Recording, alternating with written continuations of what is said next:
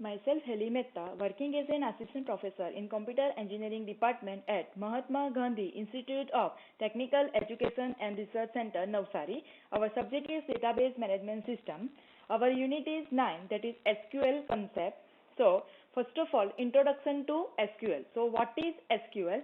SQL is a standard language for accessing and manipulating database. So, when we have to perform something on database, we have to use SQL, which is standard language, okay, for accessing the data from the database and manipulating data from the database. So what is SQL? SQL stands for standard query language, okay. SQL lets you access and manipulate data. So whenever we have to perform anything on database, we have to use SQL. SQL is used to interact with a database to manage and retrieve the data. So, if we want to insert the data in the database, if we want to retrieve the data from the database, if we want to change the data in the database, to perform these operations, we have to use SQL. SQL becomes a standard of American National Standard Institute, that is ANSI, in 1986, and of the International Organization for Standardization, ISO, in 1987. So SQL is a standard language for performing operations on the database. So SQL is used to retrieve data from the database. So as I explained earlier, database is a collection of data in which we have a multiple data. We insert the data in the database and we can retrieve the data from the database. So it is used to retrieve the data from the database. The DBMS processes the SQL request, retrieve the requested data from the database and return it. Okay, this process of requesting data from the database and receiving back the result is called the database query. Okay, and hence the name standard query language. Okay, so we have a collection of data in the database. Okay, so to retrieve the data from the database, we have to use SQL request. Okay, we request the SQL request, it retrieves the data from the database and return it. Okay, so this result is called the query, database query. Okay, so see here we are writing SQL request. Okay, SQL request is sent into the DBMS computer system. Here we have a database. From database, DBMS system retrieve the data from the database and it returns the data. So like this operation is performed. See here, we process the SQL request. Okay, retrieves the requested data from the database and it returns the data. Hence its name is database query. SQL is used to control all the functions that a DBMS provides for its users, including data definition, data retrieval, data manipulation, access control. Okay, so first of all, what is data definition? SQL allows the user to define the structure and the organization of the data to be stored and the relationship among the stored data item. Okay, so data definition means we have to insert the data in the particular structure. Okay, so we have to define the structure first. Okay, after defining the structure, we have to organize the data in the database and we have to create the relationship among the stored data. As we store the data in the table format and there are always relationships between the tables. So that is known as the data definition. Next is data retrieval.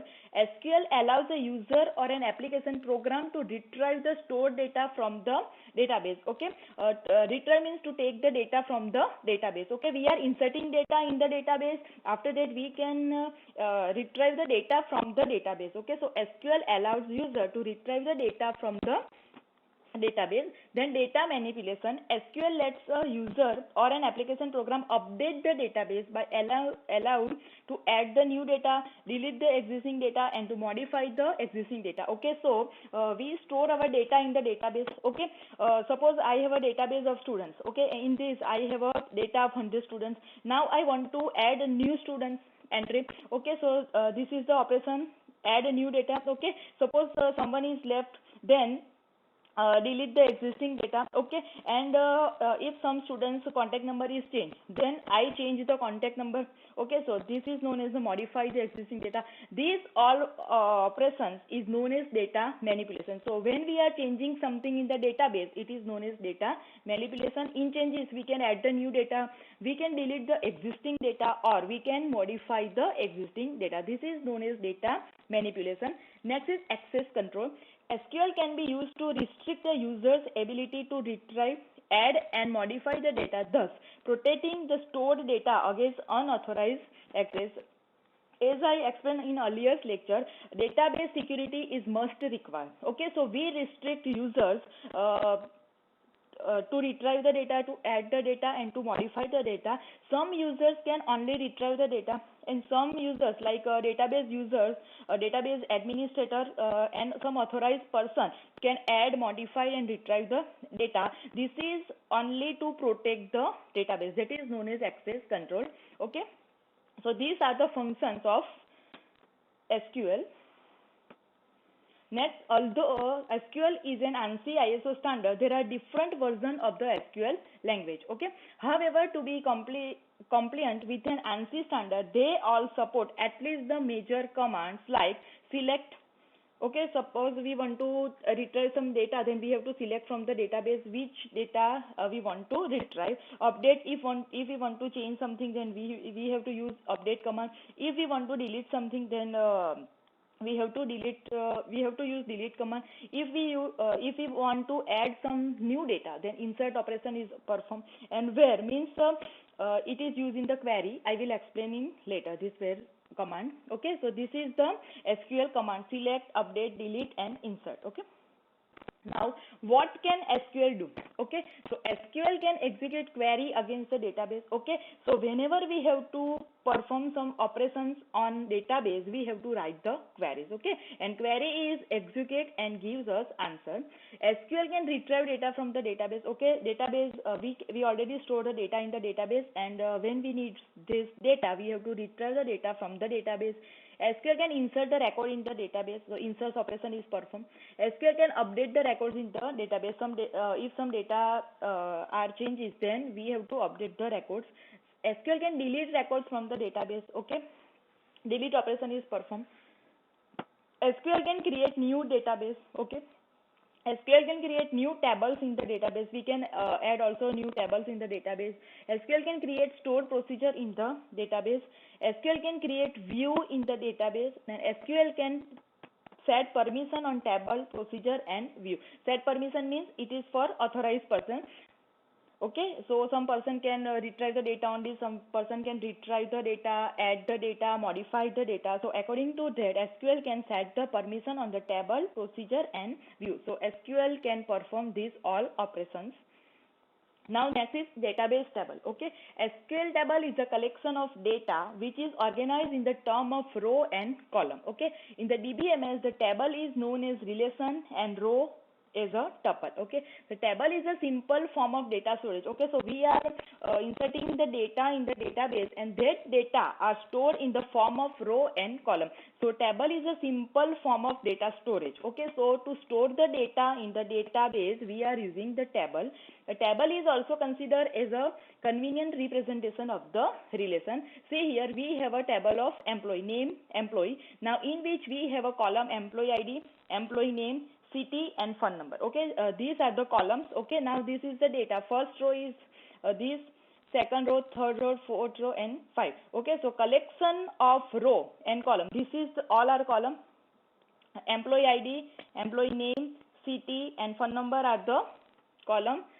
1, Kristen, Washington, and contact number is the row. And in this table we have a 5 rows. So collectively it is known as a table. Okay. In the above example, above table, employee is the name of the table. Okay, so this is the name of the table. Employee ID, employee name, city, phone number are the column names. The combination of data of multiple columns from a row, for example, 1, Kristen, Washington, and contact number, that is 7289201223, are the data of the one row. Okay, as I explain here, employee ID is the column, employee name is the column, city is the column, and phone number is the column. Okay, and this is our row. This is first row, this is second row, this is third row, this is fourth row, and this is fifth row, and collectively it is known as a database table. Okay, now next is data type.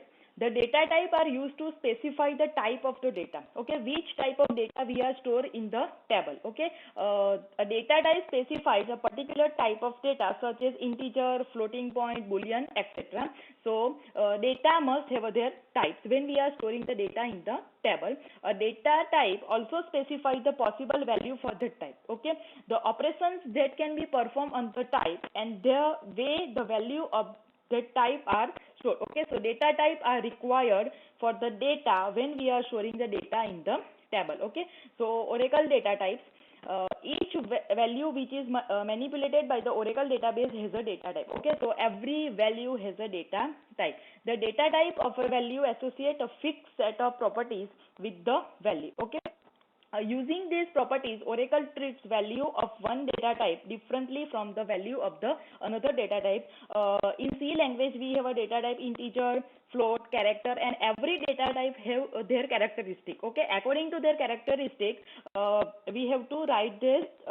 We have to write their data types. Which type of data we want to store in the database. Like this, Oracle have their data types. Oracle database provides a number of built-in data types. As we have a data type in C, Oracle also have a data types. Okay, and Oracle database provides a number of built-in data types as well as several categories for user-defined data types that can be used as a data type. So, in simple, data type is used for the data when we are store the data in the table. Okay. So, in Oracle database, first data type is character. Okay, fixed length character string with user specified length. So, here we have to specify the length of the character. This n is specify the length of the character that is user defined. Okay, next is varchar, fixed length character string. Okay, with user specified maximum length. Here we have to specify the maximum length. Next is varchar 2, variable for each row up to 4000 bytes per row. Okay, so maximum size is 4000 bytes. Consider the character set only 1 byte before setting size. A maximum size must be specified. So for varchar it is 4000 bytes. Then is number, variable length, numeric data. Number is a variable length numeric data. And date. Okay, fixed length, date and time. Fixed at 7 bytes for each row in the table. Default format is DD, MON and YY. That is the date, that is the month, and that is the year. So basic we use this data type, that is character, varchar 2, number and date. Okay. Now what is the difference between varchar and varchar 2? Okay. Varchar can identify null and empty string separately, and varchar 2 cannot identify both separately. Both considered as the same in this null and empty string. Okay. Varchar can store minimum 1 and maximum of 2000 byte of the character data. So size of the varchar is minimum is 1 byte and maximum is 2000 byte. And in varchar 2 it can store the minimum of 1 byte and maximum of 4000 bytes of character data. Okay, so they differ in the size. Allocate fixed size of data irrespective of the input. So allocate fixed size of data means, suppose we define the varchar, in bracket we write 15, okay, and enter only 10 characters. So maximum size is 15 over here, but we enter only 10 characters, then remaining 5 character is allocated, but it allocates space for entire 15 characters. Okay, so 5 character size is wasted. Okay, so it is the fixed size of data means if we define varchar 15 and if we enter only 10 characters, then also it allocates the space for the entire 15 characters and remaining 5 characters are wasted. Here allocate variable size of data based on the input. In this, if we define varchar 2 15 and enter only 10 characters, then varchar 2 will allocate space for 10 characters only but not for the 15 characters. So we can use remaining 5 character later on. Okay, so this is the differ in the size. For varchar, data extra space are padded to the right side. For varchar 2, extra space will not be truncated. Here extra space is added, and here extra space will be truncated. Varchar is ANSI SQL standard and Varchar 2 is the Oracle standard. Varchar definition may change in the future. Varchar 2 definition will not be changed in the future. So that is the basic difference between Varchar and Varchar 2. Now, as I explained earlier, Varchar can store up to 2000 bytes of character, while Varchar 2 can store up to 4000 bytes. That is the basic difference. If we declare data type Varchar, then it will occupy space for null value also. Okay, in case of Varchar 2, it will not occupy any space for null character. Okay, it is the concept of string in the C language. Okay, name Varchar 10. If you enter value less than 10, then it utilizes total 10 space. Okay, in Varchar 2, if you enter the value less than 10, then remaining space is not utilized. Okay, so it is the space management, and here our space will be wasted. Okay, that is the basic difference between Varchar and Varchar 2. Now, constraint. Data types limits the kind of data that can be stored in the table. So, in all table, column and row have a constraint. SQL allows the definition of constraint on the columns and tables. Okay, so SQL is used to constraint, okay, on the column and tables. If a user attempts to store data in a column, that would violate a constraint and error is raised. Okay, so it is depends on the which type of constraint we are using. The types of constraint are column constraint and table constraint. In column constraint, a column constraint is specified as a part of column definition and applies only to that column. Okay, suppose we have a 5 columns and we set constraint on 2 columns. Okay, then this constraint is specified only for 2 columns, and these 2 columns have to satisfy the constraint. Okay, now table constraint. A table constraint is declared independently from a column definition and can apply to more than one column in the table. Okay, this is the difference between column constraint and table constraint. Table constraint must be used when constraint is applied for more than one column of the table. Suppose we have to apply constraint on only one column, then column constraint is used, and when we have to use constraint on more than one column of the table, then table constraint will be used. First is not null. Constraint on a column means that is mandatory to provide a value for the column. Your data must not be null. Okay, so not null constraint is used. Unique means data must be unique. Okay, distinct value. Primary key constraint implicitly imposes a not null and unique constraint. If there is a composite primary key, each of the attributes constituting the primary key is not null. Okay, remember this not null is very important. In other words, it will not allow the null value in any of the attributes constituting the composite primary key. However, the combination of attributes constituting the primary key should offer a unique value. Suppose we have a database of student and we have a one column enrollment number, then enrollment number must not be not null. Every student have a enrollment number. Okay, so it must not null. Okay, a foreign key constraint on a set of attributes does not prevent them from having a duplicate or null value. Enrollment number must not be duplicate. Okay, so these all are the constraints. I already explained the constraint in the previous lecture. There are types of SQL commands. Okay, there are 5 types of SQL command, that is DDL, DML, DCL, TCL and DQL. Okay, in DDL, DDL is a data definition language and DML is a data manipulation language. In DDL, we have a create command, drop command, alter command and truncate command. In DML, we have a insert, update and delete command. In DCL, we have a grant and revoke. In TCL, we have a commit, rollback and save point command. And in DQL, we have a select command. Okay, in next lecture, we will see one by one with example, that is DDL, DML, DCL, TCL and DQL. That is the most important part of chapter number 9. So in next lecture, we will see the DDL, create command, drop command, alter command and truncate command. Thank you.